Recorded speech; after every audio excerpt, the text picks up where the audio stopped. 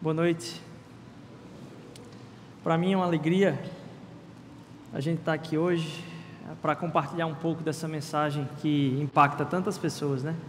Eu acho interessante que na época do Natal há tanto um apelo para o consumismo e mesmo assim a gente tem ainda o coração mais leve para a família, mais leve para os relacionamentos, mais leve para qual foi a mensagem da cruz.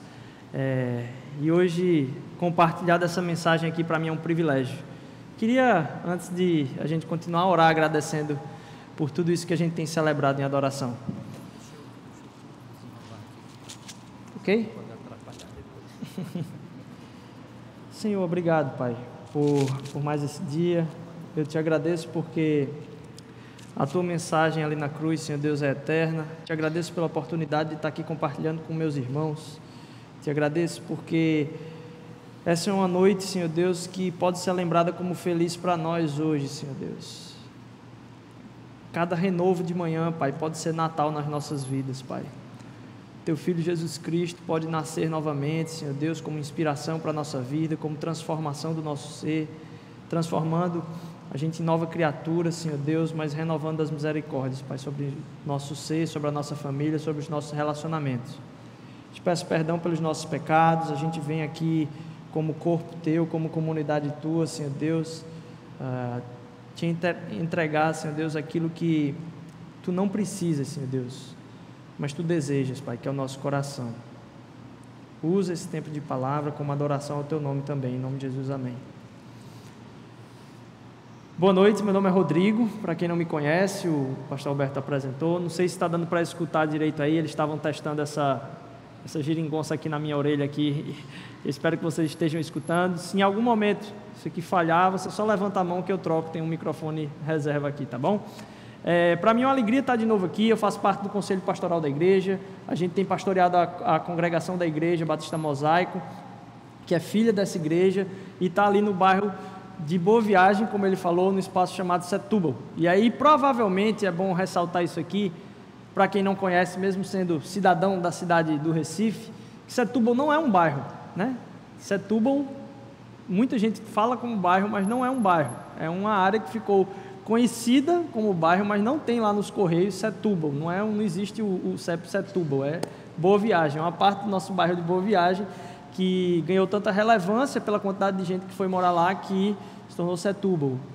Mas faz parte desse nosso bairro aqui também. Então tenho servido lá, é uma alegria para a gente estar aqui, porque a igreja tem sido suporte em todos os aspectos para nós, e a gente está completando agora em janeiro 2 anos. Então você é convidado a estar participando conosco aí do aniversário, que vai acontecer no dia 21 de janeiro. A gente vai estar fazendo essa festa de aniversário lá, e para a gente vai ser uma alegria. Tem sido um desafio tremendo. Agradeço demais quando a gente se encontra nos corredores e os irmãos compartilham que têm orado por nós, porque realmente tem feito diferença. A gente sabe que é uma caminhada espiritual e realmente eu sou muito grato a Deus pela vida dessa igreja. Poder estar aqui para mim é uma alegria muito grande. A gente lá é uma comunidade muito pequenininha, e quando eu entro aqui agora, eu sempre servi aqui, eu estou aqui na Emanuel desde 2001, mas hoje quando eu entro aqui, após estar plantando a igreja lá, eu entro olhando para cima, assim, dizendo, nossa Senhor Deus, já tem tudo, tem muita coisa legal aqui, que bom, quanta gente servindo, como é legal ver cada um cumprindo sua parte. E lá a gente tem que às vezes pegar cadeira de tarde, a gente tem que fazer um bocado de coisa, acaba sendo um bombril lá na congregação, mas é uma alegria tão grande esse desafio que a gente tem participado lá, para a gente tem sido muito bom. E eu queria compartilhar com os irmãos hoje a respeito do Natal, da vinda de Jesus, mas numa perspectiva do que foi o ministério dele, porque a vinda de Jesus, ela significa que ele veio para cumprir aquilo para o qual ele foi enviado. E entender esse crescimento de Cristo e o que isso pode trazer de impacto para a nossa vida, faz com que o Natal seja relembrado em nós também. É interessante que nesse final de semana eu tive a oportunidade de estar em outra cidade, Vitória do Espírito Santo, com vários líderes religiosos de outras cidades com diferentes perspectivas, denominações diferentes. Tinha gente presbiteriana, gente anglicana, gente da quarta igreja, do evangelho quadrangular, tinha muita gente diferente. Mas é muito bom ver que o reino não está restrito àquilo que eu faço ou como eu penso. E o que eu queria trazer hoje para a gente aqui era uma conversa a respeito sobre maturidade e crescimento.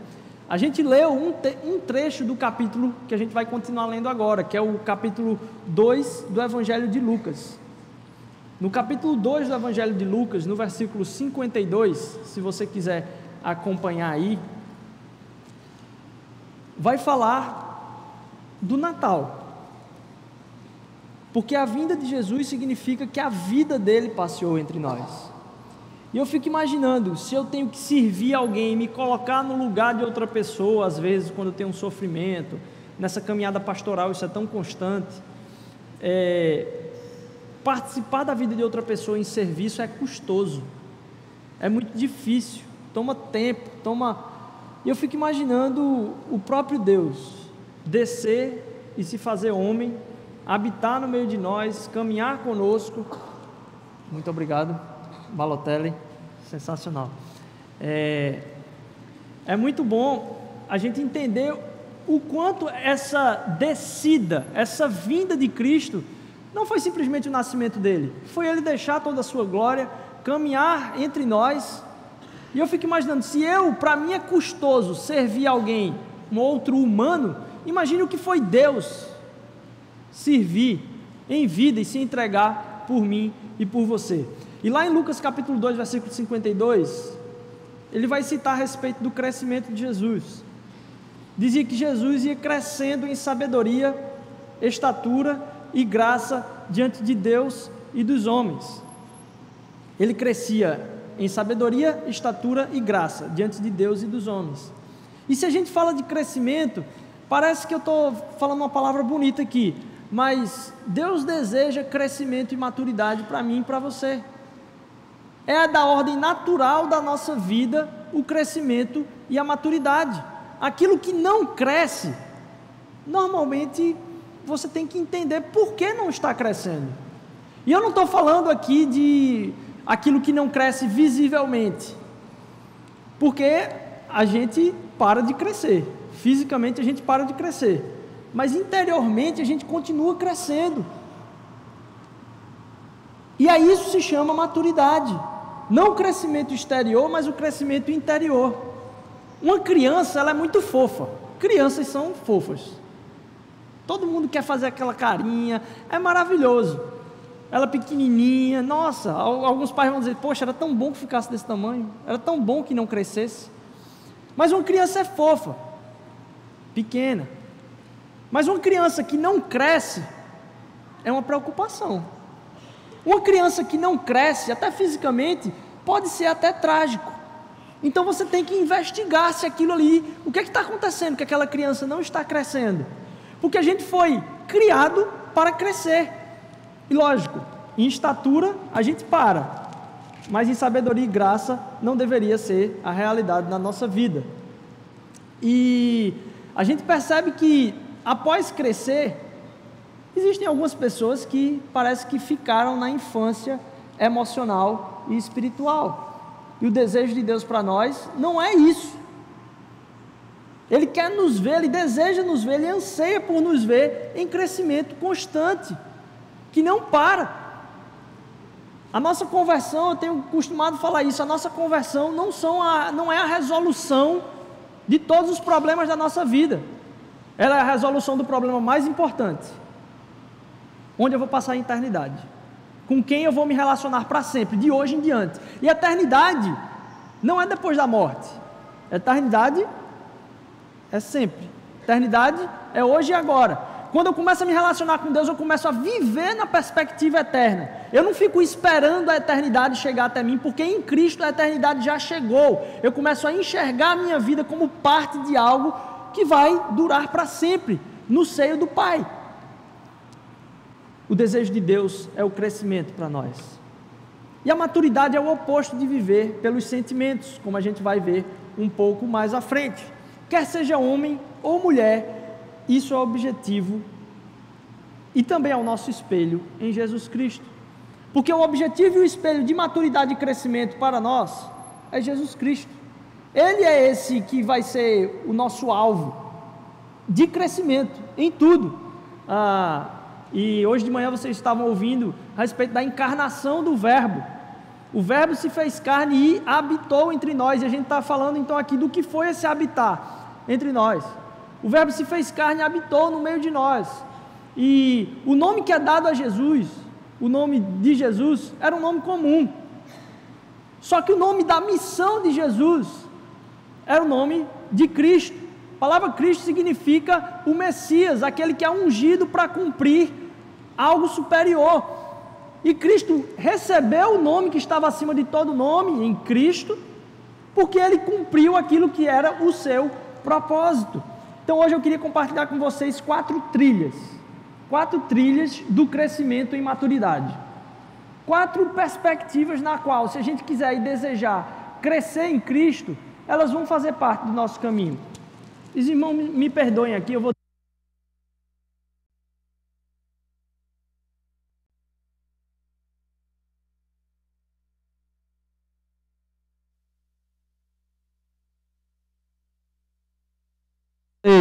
Opa, senão vai ser um samba aqui o culto todo, eu tentando requebrar a cabeça aqui para voltar esse microfone para o lugar. Pronto, agora não tem problema mais.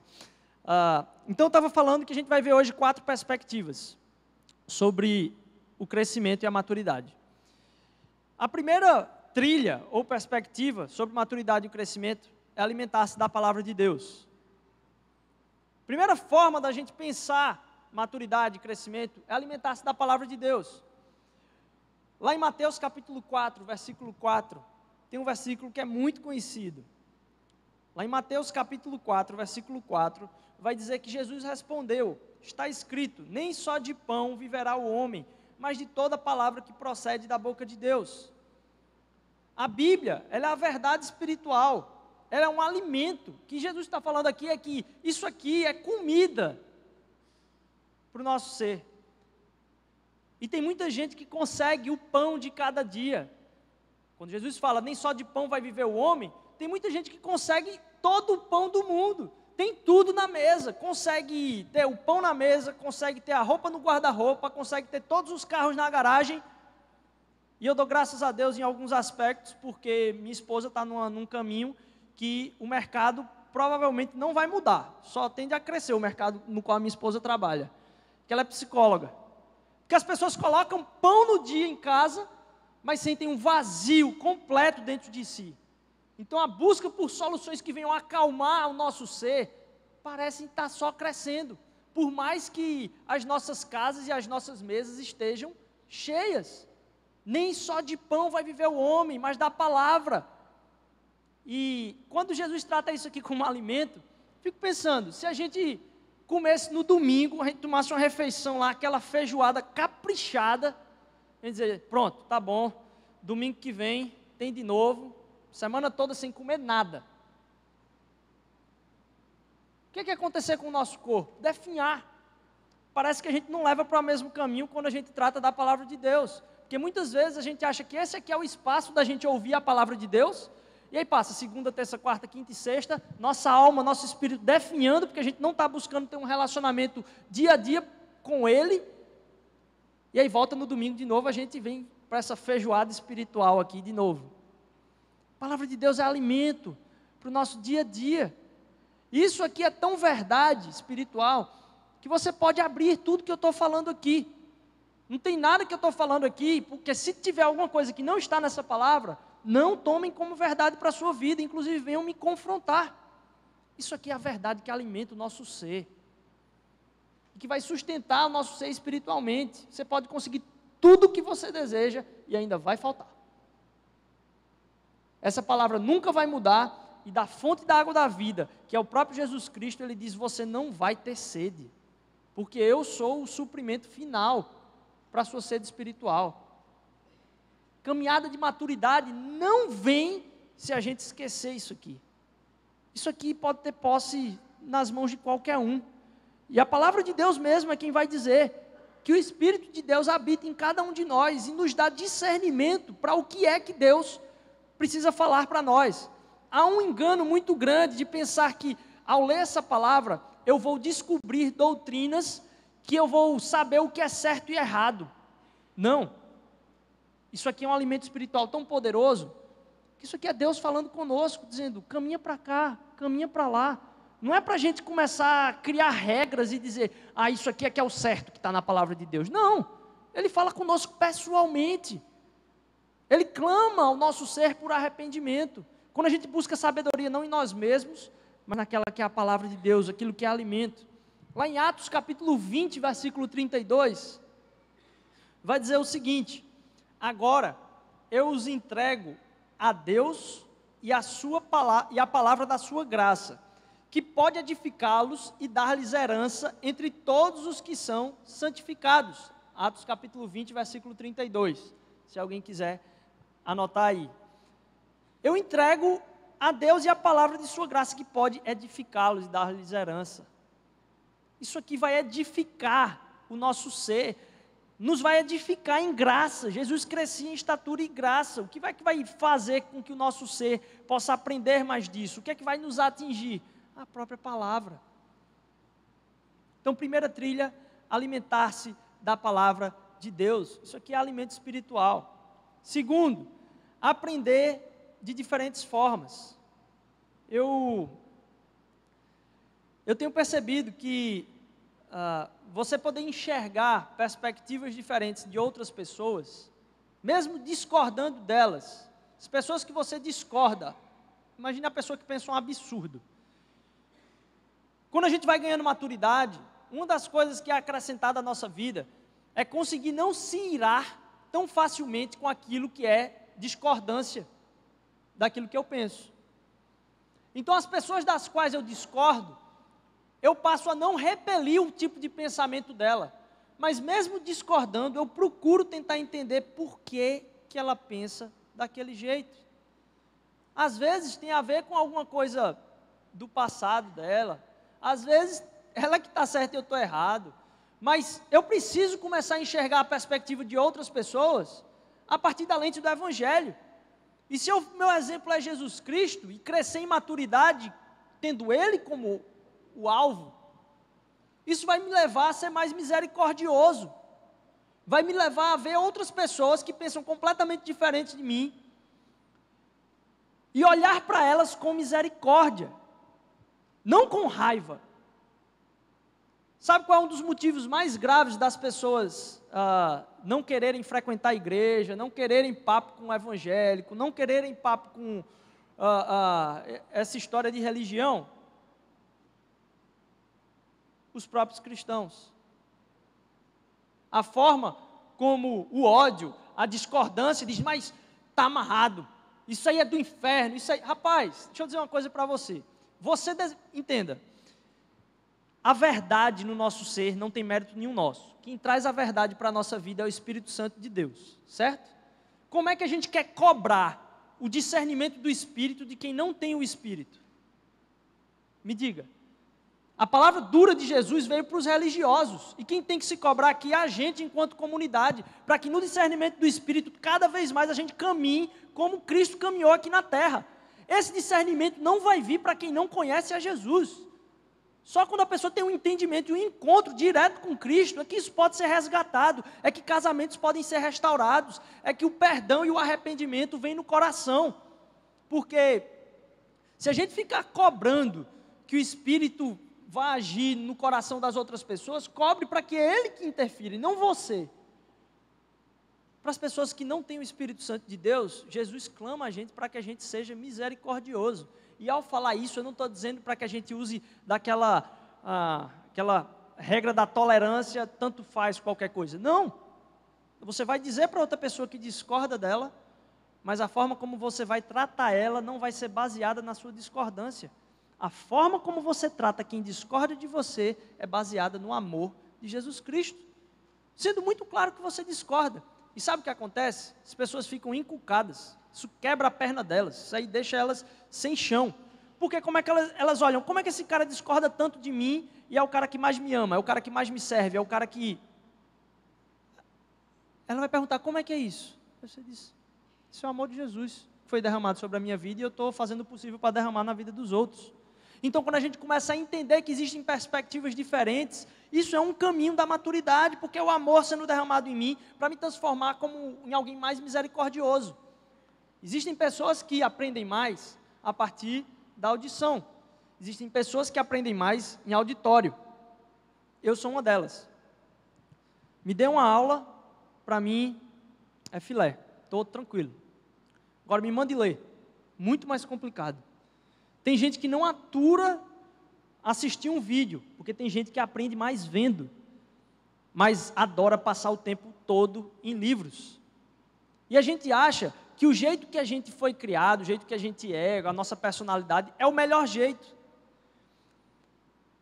Eu tenho muita facilidade de aprender numa sala de aula. Eu tenho muita facilidade de aprender ouvindo. É interessante que as pesquisas dizem que depois de 72 horas, tudo aquilo que a gente aprendeu ouvindo vai-se embora uns 75%. Eu acho que isso aí, eu não estava nesse grupo, isso aí deve ser a média, porque depois de 72 horas eu já perdi uns 93%, 94% aí do que me foi ensinado. Então, assim, o que é que supre o meu aprender? É talvez me esforçar e entender que a forma de outras pessoas vai me fazer ser mais, compreender mais as coisas. Então, para fixar, eu vou escrever, eu vou ler, eu vou fazer outras coisas. Mas eu tenho que me empenhar em, de todas as formas, tentar aprender, com tudo na vida. Com tudo na vida, porque toda oportunidade é uma oportunidade de aprender a como viver nessa terra como Jesus. Aprender, inclusive, com as diferenças. E a gente entender isso é importante. Eu acho legal essa fase que a igreja está passando, de vivenciar aí de uma forma bem clara aí o conviver, o crescer e o compartilhar. E aí você pode achar isso aí é novidade. O que essa igreja está... Não, isso não é novidade. A igreja já vive isso aí há muito tempo. O que se quer, de todas as formas, trazendo todas as ferramentas, deixar isso o mais claro possível. O que tudo que a gente faz aqui diz a respeito? A gente quer que as pessoas convivam. Mas isso aí é uma coisa... Não, não é. Não é uma coisa nova. A gente convive aqui no culto, a gente convive no pequeno grupo, a gente convive em todas as atividades que a gente faz na igreja, e a igreja está dizendo assim, poxa, a gente tem investido em várias áreas para que as pessoas convivam. Então vamos resumir isso aqui, para que a gente lembre de todas as formas possíveis. Que para que a gente possa estar vivenciando uma igreja saudável, a gente precisa estar convivendo. E aí o terceiro ponto da trilha aqui, é que a gente ajuda outros a crescer na trilha do crescimento. Isso porque a gente só cresce em comunidade. A gente só cresce junto. A gente não consegue crescer se isolando. É muito bom, pessoa que se isola. O caminho de santidade, você pode imaginar que é aquela figura do monge, que vai lá para a caverna, para longe, se isola lá. Mas o caminho de santidade que Cristo aponta para a gente não é esse. O mais santo não é aquele que se isola. O mais santo é aquele que consegue se relacionar. Porque é muito bom se isolar, ir por melhores seminários e estudar, mas quando chega em casa, aí você tem uma bronca de família aí, e aí para resolver? É Natal, está chegando a ceia aí. E você sabe que da família que tem, e às vezes na ceia rola um estresse, que está todo mundo junto, aquele enteado lá que nunca mais apareceu, você tem que aturar algumas pessoas. Ser santo se isolando não é o caminho. A santidade passa pelo relacionamento. Quando você vai ver Jesus, ele era acusado de ser o quê? Beberrão e comilão. Porque ele estava em festa, o tempo todo, meu amigo. Se tem uma coisa que Jesus gostava, era de festa. Agora não era para aproveitar, não. Era para ser bênção lá. Porque quando a palavra de Deus vai dizer que Jesus Cristo foi chamado de comilão e beberrão, não é porque ele comia muito e bebia muito. Mas a palavra de Deus vai dizer porque a presença dele incomodava os religiosos, que estavam buscando se isolar. Então, sabe quem é um religioso? É aquele que, primeiro, está sempre certo e não tem ninguém perto dele. Então, ele busca se isolar. E Jesus disse, não, meu caminho de santidade é diferente. Eu vou buscar abençoar no meio de lugares que às vezes eu nem concordo. Mas eu vou lá para abençoar a vida das pessoas. Eu vou lá partilhar aquilo que eu sou. Eu vou lá trazer vida. Eu vou lá entregar amor. Então, a gente cresce em comunidade. O mais santo não é o que se isola. Primeiro milagre de Jesus, casamento. Lá a festa, comendo no centro da festa lá, faltou vinho. Jesus é aquele que produziu o vinho na festa. Então Jesus está preocupado com gente e onde tem gente. A gente tem que se envolver onde tem gente, para ministrar o amor de Jesus onde há gente.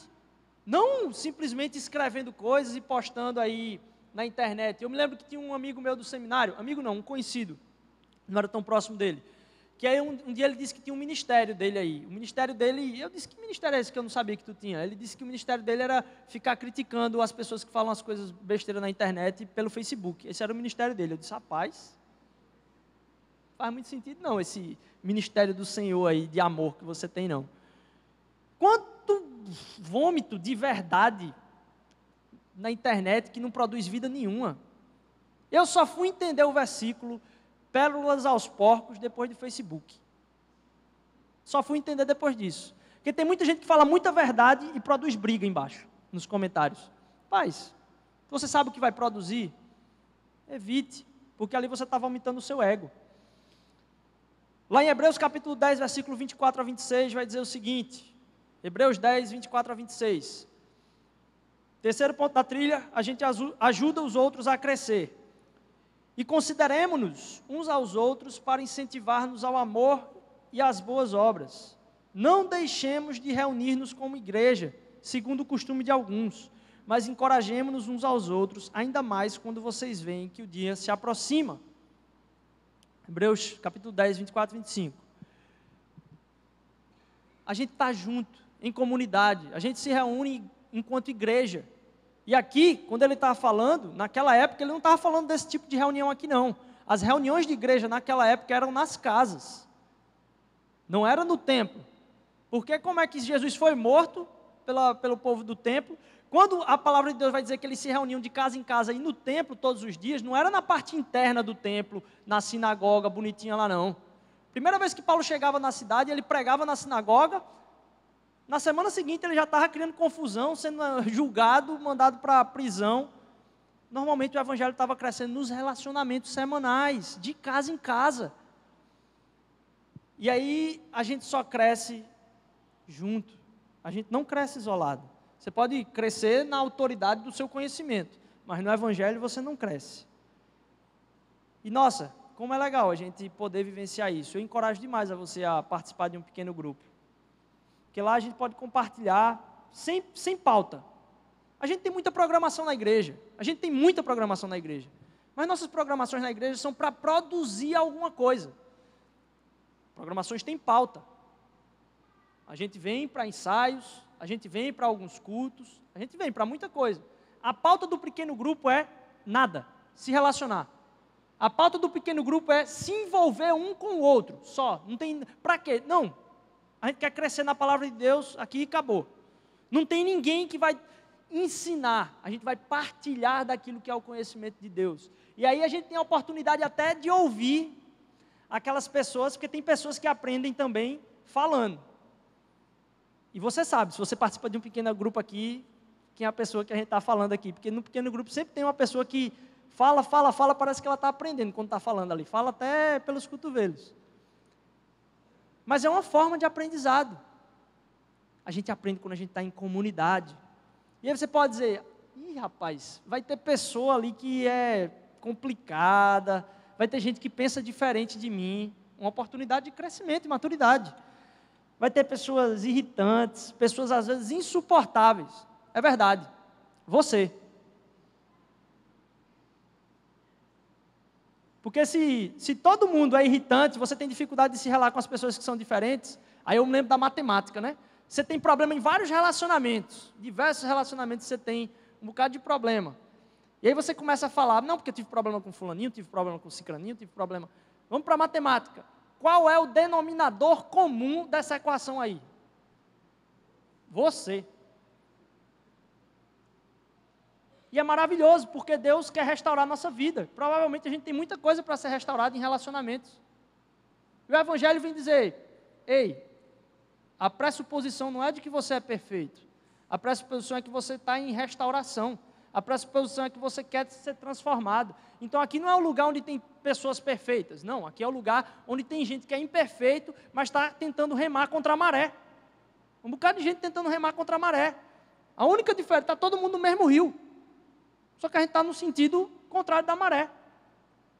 A gente aprende e a gente cresce e a gente se torna maduro em comunidade. Eu estava pregando ontem num casamento, e aí normalmente eu compartilho isso em alguns casamentos, que o símbolo da imaturidade é o bebê. O bebê é aquele que precisa que todo mundo à sua volta preste atenção nele. Todas as necessidades do mundo são para que as pessoas supram a sua necessidade. Quando a gente pensa e vive pelos nossos sentimentos, e hoje a nossa cultura está pregando demais isso, né? Seja o que você quiser, viva os seus sentimentos, você tem que realizar os seus sonhos. Eu quero ver alguém falar isso no manicômio. Seja quem você quiser. Chega na prisão, só gente que ainda nem se arrependeu, está lá, matou um bocado. Seja o que você quiser, viva os seus sonhos. Serial killer, viva os seus sonhos.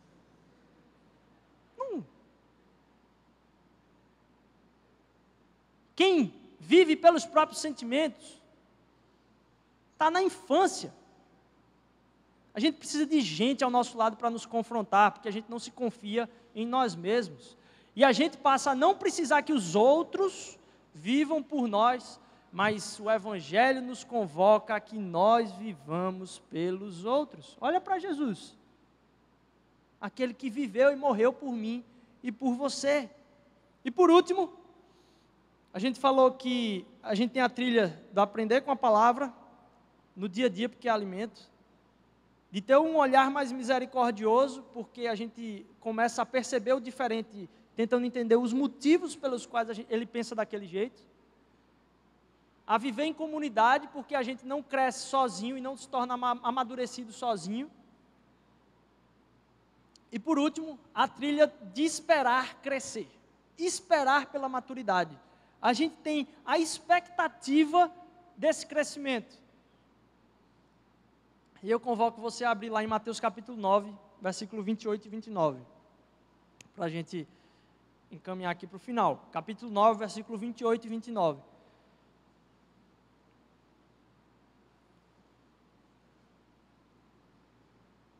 Nesse ano, vai chegando no final do ano, a gente vai revendo as listinhas, né, que se tornam as mesmas, todo ano, em muitos aspectos. E nesse ano eu percebo que muitas coisas eu não consegui realizar na minha lista. Não consegui fazer daquilo que eu pretendia fazer. Mas tem uma coisa que eu percebo, é que eu não sou mais a pessoa que começou o ano de 2017. Se tem uma coisa que mudou muito no meu ser, e eu agradeço a Deus por isso, é porque Ele me fez amadurecer em vários aspectos. Aconteceram tantas coisas esse ano, que fez mudar quem eu sou, não apenas o que eu faço. O crescimento que Deus dá para mim enquanto pessoa. E aí eu começo a analisar o ano de 2018 pensando, quem será que eu quero ser em 2018? E eu pergunto para você, quem será que você deseja ser em 2018? Será que a gente está caminhando no trilho daquele que veio para trazer o Natal para nós? Crescendo em estatura, sabedoria e graça? Ou a gente vai se tornar a mesma pessoa, mais magra? A gente vai se tornar a mesma pessoa, mais forte? A gente vai se tornar a mesma pessoa, só que talvez sim alguns membros da família, porque os relacionamentos não foram corrigidos, e aí você está conseguindo fazer tudo o que você queria e perdendo tanta gente ao seu redor. Quem é que você quer ser em 2018? Mateus 9, capítulo 28 e 29. Entrando ele em casa, os cegos se aproximaram, e ele lhes perguntou, vocês creem que eu sou capaz de fazer isso? Eles responderam, sim, Senhor. E ele, tocando nos olhos deles, disse, que lhes seja feito segundo a fé que vocês têm. Quando a gente pensa em maturidade, crescimento, a gente tem que esperar por isso. Porque quem dá isso é Deus. E Ele dá isso quando a gente se propõe a se entregar para isso. Às vezes a gente fica esperando muita coisa na nossa vida, menos o crescimento. A gente quer o crescimento do bolso, a gente quer o crescimento de várias outras coisas. Mas e quem a gente é enquanto pessoa? Na estatura, na graça e na sabedoria de Jesus Cristo. A gente tem que esperar esse crescimento, porque é Ele que dá esse crescimento. Tem expectativa do crescimento. Você escolhe o quanto você vai ser usado por Deus, baseado no quanto você se entrega para Ele. Não na sua capacidade. Deus nunca usou capacidade. Deus pegou os menos capacitados sempre, para iludir e confrontar aqueles que se acham capazes. Deus quer usar a minha e a sua vida, crescendo, em maturidade, se entendendo que eu me tornei cristão por entender que daqui para frente vai ser uma caminhada de arrependimento, uma caminhada de buscar sempre mais de Deus, buscar entender o quanto eu estou distante de Jesus.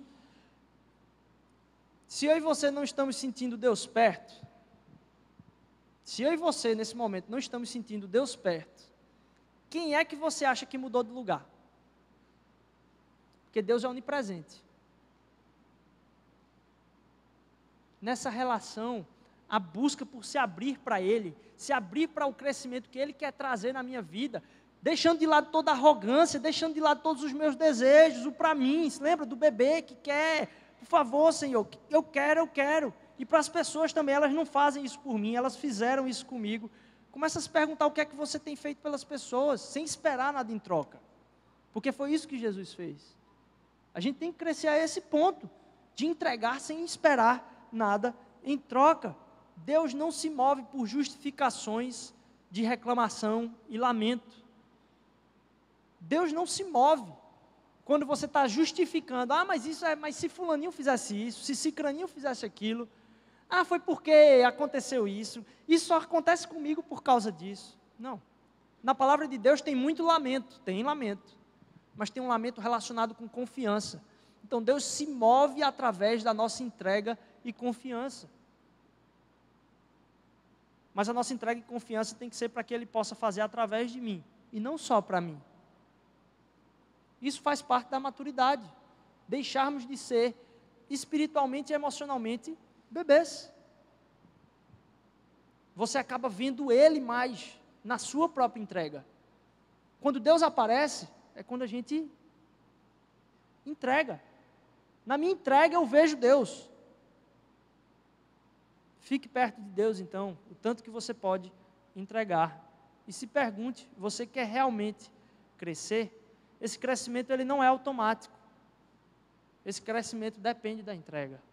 Depende da abertura. A gente precisa entender que quem dá o crescimento é Deus.